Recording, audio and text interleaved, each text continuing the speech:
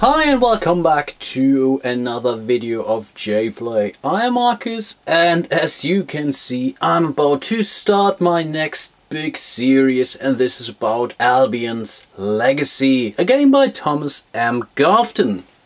I backed this game on Kickstarter, but I did not go for the exclusive deluxe version whatsoever. But I have to confess, even the basic version of the game comes with so many components. I think it does not seem much from this total angle here, but you have to imagine you have around, I don't know, 20, 30 different characters you can play.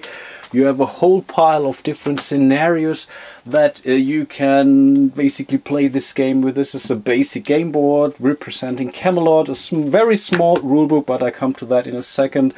Tons of cards, so encounter cards, severe threat cards, general threat cards, armory, items, mounts, you name it. And just a huge amount of cardboard pieces. Really, this is unbelievable. This is crazy. It took me ages to unpunch them. Made a lot of fun over the way.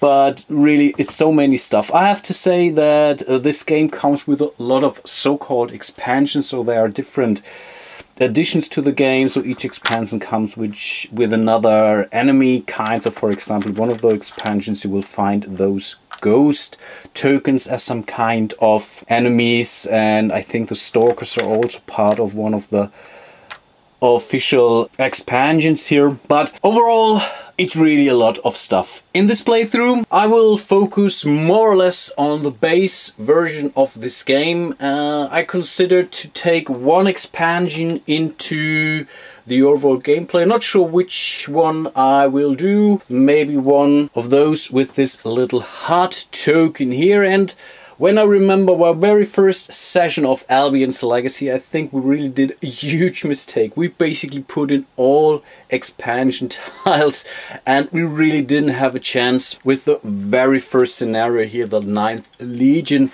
when you have to find those 5 realm tiles in the whole stack of various realm times. It's really tough to do that when you have all the expansion tiles into that. I think the expansion at least 40% of the original base game content to that, so it's really tough to find the right tiles. And to be honest, I only realized that when we basically were in round 7 or 8 or so, and then we decided, okay, let's keep on playing and see how far we can get. But yeah, we didn't get far. Okay, what's the 9th Legion all about? The 8 surviving members of the great 9th Legion of Rome have settled in Camelot and have agreed to help defend it from Lucius and the Roman army. First, King Arthur and his allies must guide the legionnaires to their posts around Albion. Place 8 escort tokens on the round table in Realm Town in the Camelot region. You must collect 5 escort tokens and bring them to the following realm tiles in order to win this game. This is something I will explain to you in a second, but we have to find those 5 realm tiles, and then I have to transport or escort 5 of the escort tokens to those locations, and I have to keep them safe. So, and it says here, if 4 more escort tokens perish, so basically will be killed, then the game cannot be won. Before you should think about completing this story quest, the 9th Legion, you should have collected your normal quest tokens first. And you need to have players times 3 of them, because when you complete this story quest, then you only have the current round left to gather the remainder of your quest tokens. And if not, you basically lose this game. So it's always a good idea, this is how we felt it, to collect those quest tokens first before really starting to finish it. Of course, you can prepare it, you can already, let's say, place some of those escort tokens around that, but really wait for one of the last ones before you have gathered enough of those quest tokens. Of course, there are also plenty of ways to lose this game. One would be you run out of these virtue plagues. In some cases, for example, some of the named threats will make you lose some of those virtue plates. Those virtue plates are also something good, because on the backside, for example, they give you a special ability like this prudence here. After scouting a realm tile, you may scout additional realm tile without moving and at a cost of 1 movement per tile. So this is definitely something that's pretty good, especially for the 9th Legion. But on the same hand, if you take too many of those, then you also might lose this game, because, as I mentioned, some in-game effects might also cause you to lose some of those. And last but not least, you can also lose the game when all those flames of hope have been covered, basically, and this happens every so-called key turn. This is a bit awkward in this game, because a key turn is not just one round, so each player gets turn. Now it's basically first player starts, then it's second player, then it's third player, then it's first player again, and then there's this so-called key turn. Then you get to place those, yeah, I don't know, despair tokens on those flames of hope. Then you would move all the creatures on the board, and then the first player right would move to the player to the left, and then we would have another key turn, whatever, going with player 2, player 3, player 4, player 1, player 2 again, and then we would have another key turn. But again, I will come to that in a second as well. But as soon as all of those flames of hope have been covered, you automatically lose this game immediately. And maybe I should mention there are 10 of those, but also keep in mind some of the encounter cards in the deck also make you cover those flames of hope during the game. So it's not just to say, okay, oh, you have 10 key turns left. No, in most cases this will be less. Okay, and here we have our starting characters. It is possible for a character to retire, they call it in this one. They're not dying, they're retiring. But good thing is there is no such thing as player elimination. The players will start with a new character from start. So they're losing some of their abilities and equipments basically, but they're not out of the game. So here we have Sir Dagonet, we have Sir Balin, and we have Queen Go Anywhere. And with Sir Balin, I am now basically enforced to use the Northumbria expansion with these crossed sword symbols here. So I took out the special general threats, the encounter cards, and of course also the realm times, and I will shuffle them into the general deck. One thing to mention, I did not separate out the expansion cards from the armory item and mount deck, so from all these little, and I think we have also the relic deck here. So I kept all the expansion cards in there. If I draw on, and this doesn't make any sense because I need special realm tiles to use it, or some abilities from another expansion, especially the Avalon expansion is something that's a bit tricky, then I will just discard it and redraw accordingly. So here I prepared all the characters. We have Queen Go Anywhere, we have Sir Dagonet the Brave, and we have Sir Balin le Savage. Awesome. All of those characters have a so-called personal quest, and this personal quest, once completed, provides them a special, I think it's artifact what's called. I already draw them out of the deck. It's really a whole pile of different of those artifacts. Really, each of those characters come with a dedicated and unique artifact. This is really awesome, the amount of, let's say, variety the designers brought into this game. So let's have a look at those personal quests and start with the Queen. And here it says, while on the Camelliad realm tile, you may attempt a Courage 3 challenge to gain your personal artifact card, the Queen's Favor. So for once we have to find this realm tile, Camelliad, and then we would have to take this courage test in order to gain the Queen's Favor. When you spend a destiny token, roll a Stone of Chance. Stone of Chance is a die, by the way. On an altruism or loyalty icon, the destiny token is immediately restored, and this card does not take up a slot on your character sheet, which is pretty nice. So this is definitely a very cool thing, a very great way to basically get control over your destiny tokens, which are quite important in this game. The personal quest of Sir Dagonet is the Prankster. While on the Keep Bergerac realm tile, you may attempt a Loyalty 3 challenge to gain your personal artifact card, which would be the Battered Shield.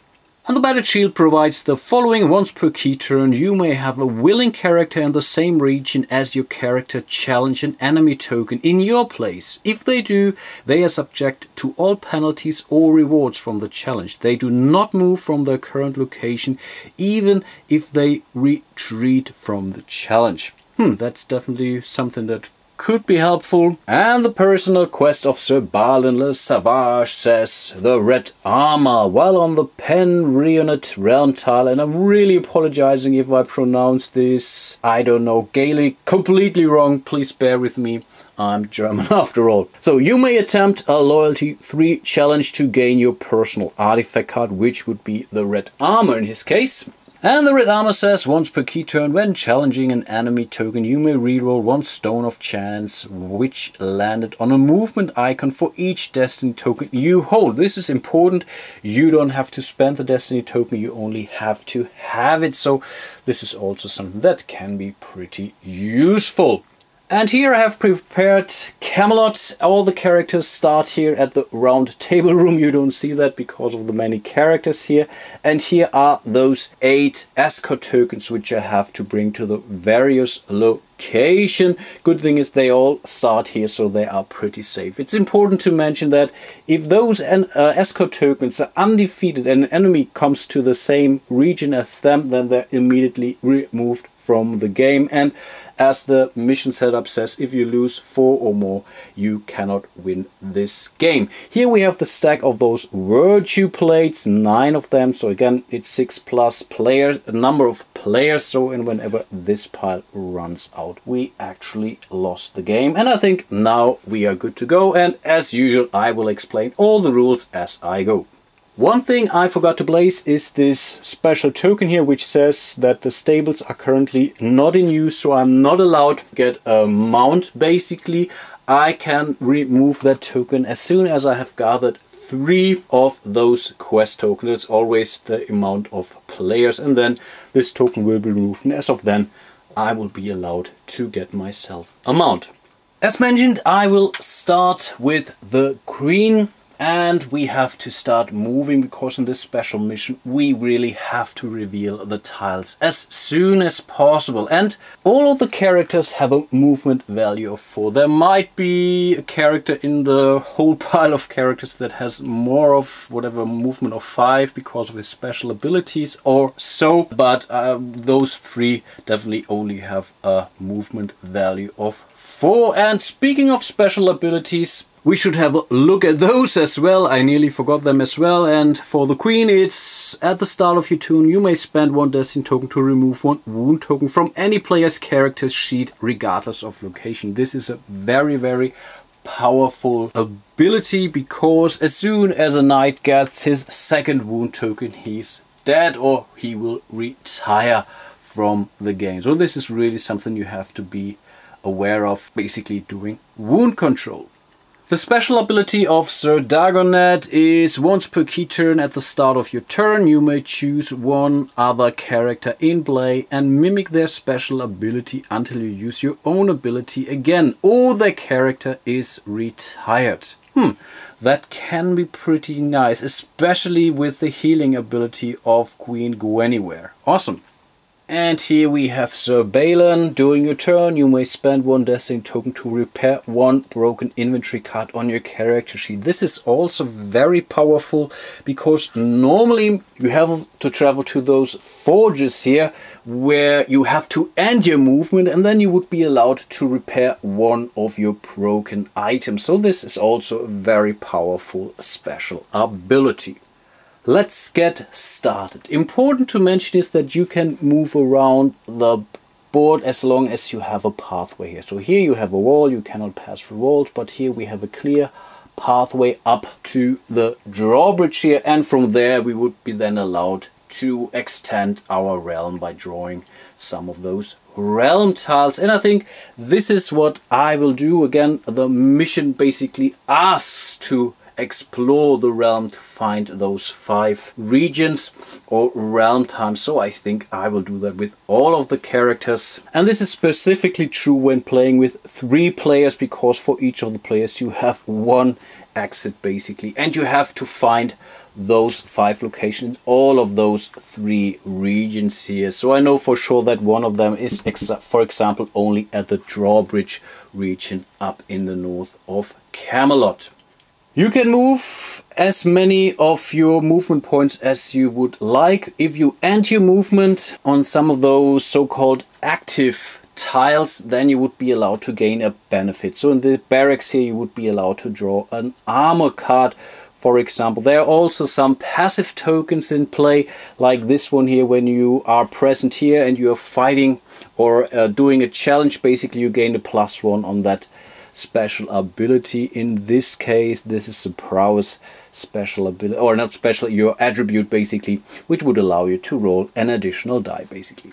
But for now, I only want to explore. So I will move the Lady or Queen Guinevere 1, 2, 3 movement points all the way up to the drawbridge. In order to scout a new location, this is the action. Basically, you have to have movement points left. Then you can take a scout action. You don't have to move to the newly explored tile, but you have to have movement points left in order to do that. She has still 1 movement point left, so she will now do, I will want to do a scout action here, and then you have to check the region where you are. So in this case we are here at the drawbridge region, so we are looking for those mountains basically. And here the realm tile stack comes into picture, and keep in mind these are not all of the realm times. I think there are at least such a pile more from all the other expansions that I did not use in this playthrough here. Now you have to check, does one of those background items match to the region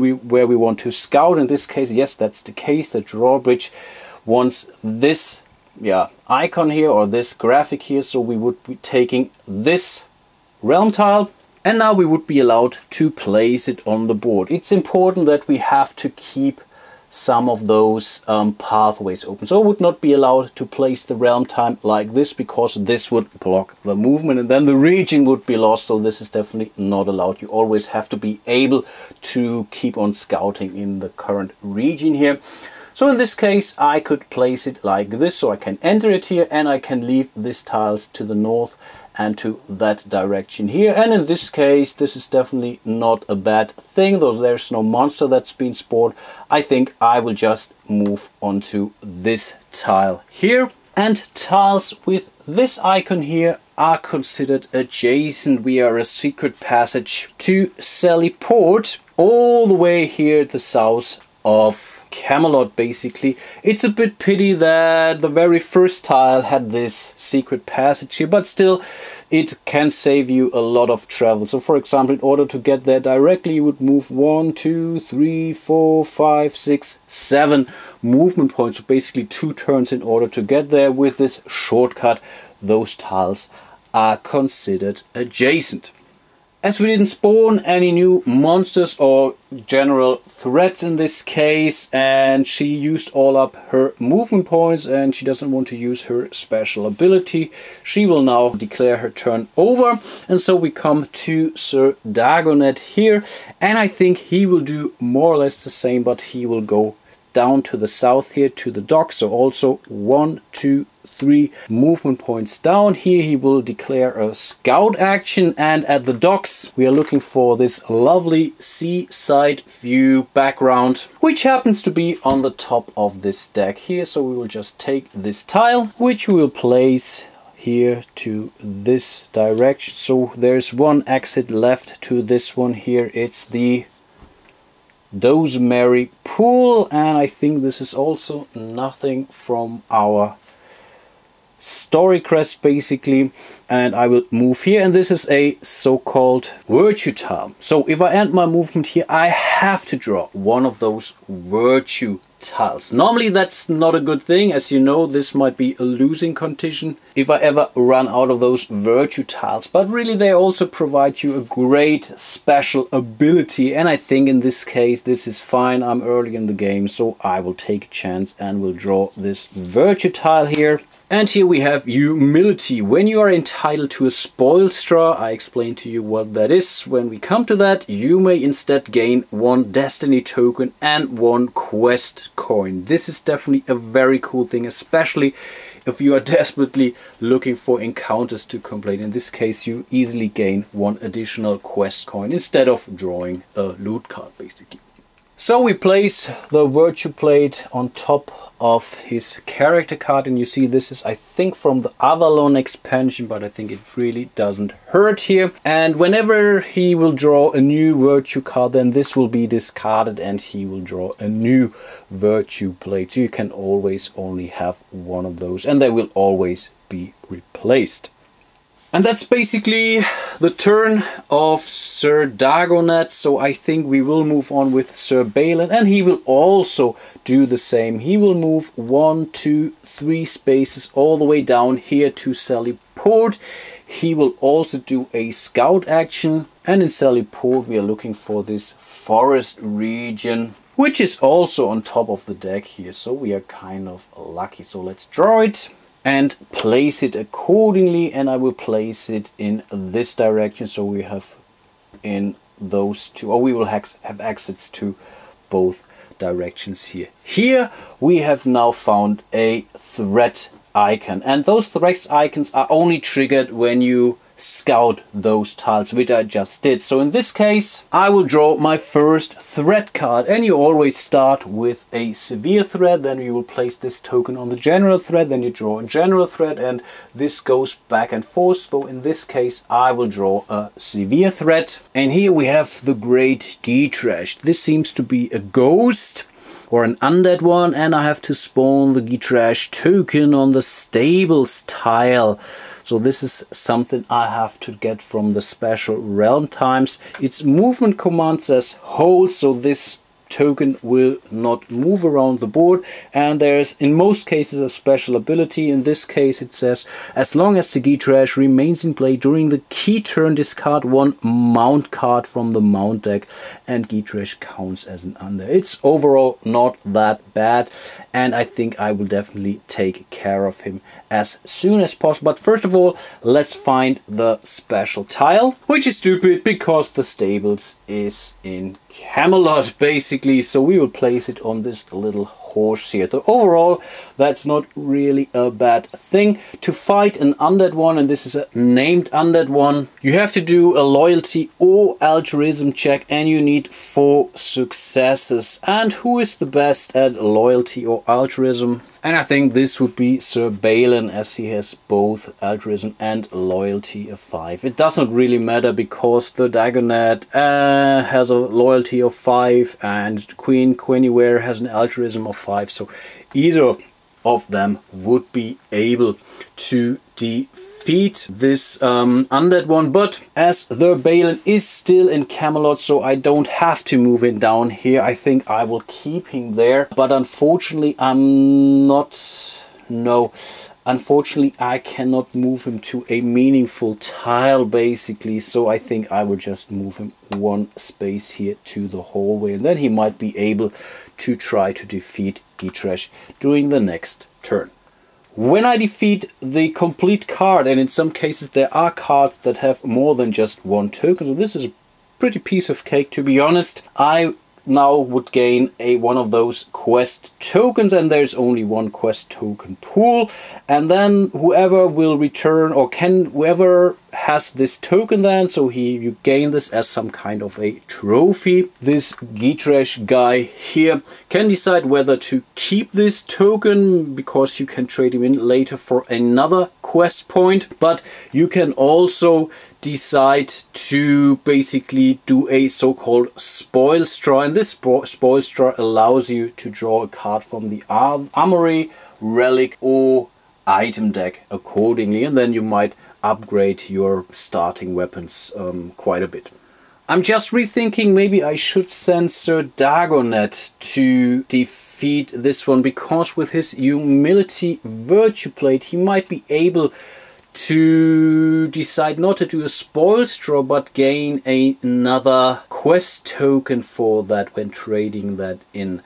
So this is tempting, so maybe I will reconsider this during the next turn. But that was basically the turn of Sir Balin, and again we are talking about key turns here, so it's not the end of the overall round. Now the first player, or whoever has the starting player token, gets a second turn, and this would be the Queen. And I guess she will explore once more in the drawbridge location, and here is the tile she just drew, and here we have the lands of Gore.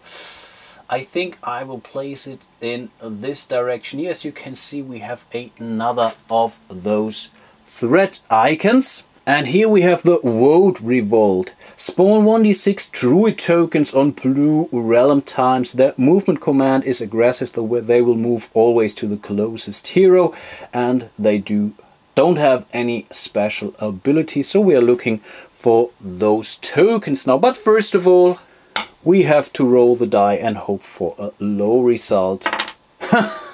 Okay, that's only one. This is pretty cool, because as soon as we defeated this one druid, we will be able to immediately gain a quest token, which is awesome. And luckily we have a blue realm time right next to our Queen. Yeah, this is perfect. So she still has all her 4 movement points left, so she just explored or scouted here. So I think with her first movement point she will move here to the lands of Gore, and she can fight those non-named druids with loyalty or altruism, and she would need 3 successes, and her altruism value is a 5, so she would be allowed to roll 5 dice. So let's do that now.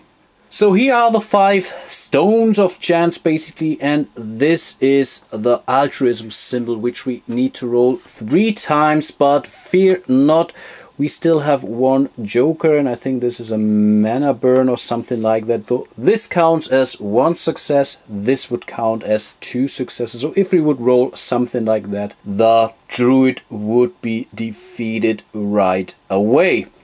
Let's zoom out for a second and let's roll our first dice. And as you know, my series, I completely suck at this, so don't expect too much. Hey, and in this case we are doing actually pretty good. So this is 1 success, here we have 2 more, so in total we rolled 5 successes, which means this druid is defeated and is placed on the character card of Queen Guinevere. And whenever you bring 8 of those enemy tokens to the dungeon, and you don't have to end your turn there, you just have to bring them there, then you would be allowed to gain 1 additional quest tokens. But there's also let's say a downside to that. Whenever you end your movement on a dungeon tile, you have to spawn a new threat card. Sometimes that's something you want to do because you're running out of enemies, and this is basically one of the few things what you can do in order to gain those quest tokens. Sometimes it's really a strategic decision to end your movement there to spawn a new threat. But we completed the overall threat card here because we got rid of all of those druid symbols here, which means we would gain our first quest token, which I will place on our story card. So we are basically 1/9 in completing our first part of this scenario here. Awesome. The queen still has 3 movement points left, so she can now decide to continue her scouting, and I think this is what she will do in that direction here. Again, we are looking for the symbol which we happen to draw here, and here we have the Orkney Isles, and again we have to draw another threat card. And here we have the Unholy Sentry. Spawn the Unholy token on the Lagdvan Lease tile. its movement command is also hold. Most of those knights do actually, and here you see that's a knight token. And as long as the Unholy is in play, all character special abilities no longer work. And the Unholy Sentry counts as a knight. And I think in this case I really have to find a special realm time, which would be this one. In this case I did not scout it, so this icon will not trigger here. So again, only, or the enemies only spawn when I actively scout them, and I have to check in which region I would be allowed to put them. And in this case this can go to all of the regions, which is kind of cool. And I'm thinking to place this tile next to Dagonet down there, and we will place the Unholy token accordingly. So again, this is a knight, its movement command says stop, so I have to go there in order to defeat him. After the actual scouting, I still have 3 movement points left, so I will move here. I still have 2 more left again, so I will continue scouting, and I think I will scout into that direction down there. I really have to be a little bit careful with the space here. The board can take up a lot of space, so hopefully I don't have to move things around too hard. So let's do that in that direction. And here we have Badonicus, and I think I will place it like this so I can continue scouting in that direction as well. And Badonicus happens to be one of our quest locations where I have to bring one of our escorts. So I think I will place one of those. I think these are called quest tokens, so that I can remember I have to bring one of those folks here. And I'm really considering to do that relatively soon, as I'm getting back, so I can really start making some progress. So I will move to that tile in order, because I'm only allowed to continue scouting when I move to the newly scouted tile. So I could not scout from here, place the tile, and then stay where I am and scout into the other direction. That's definitely not allowed. So I have to actively move into that direction. I think I will continue scouting with my last movement points. And here we have Avalon, a tile where I'm allowed to heal basically, but I think I will not go there. It's basically a dead-end scenario, and I'm pretty confused about that one, because there's an unofficial FAQ out there which says if this is a dead end, I would be allowed to, let's say, move to another tile and scout again, but I'm not so sure. This is not printed in the rules, so I will consider that this is basically now a dead end, and this is basically tough shit. So I will stay where I am, or I cannot continue scouting in that direction. So with my last movement points, I will just move back here to this tile. And again, those guys won't spawn again. And this also concludes the turn of Queen Guinevere. As this was the second turn of the starting player, we now have the so-called key turn. So this thing will move to the next player, and then we would theoretically move all the folks here on the board, so all the enemies and threats here, but all of them are currently with the movement command of hold, so they won't move. And the last thing to do is to place our first despair token. And I guess I will end my playthrough for today. I will definitely do some more videos about this one. Not sure if I will complete it entirely, so play it until the bitter end, but I have high hopes. And as of video number 2, things will go much faster, because I don't need to explain that much anymore. At least this is what I hope. I hope you enjoyed my playthrough so far, and I hope to see you soon in my next episode. And yeah, until then, bye bye.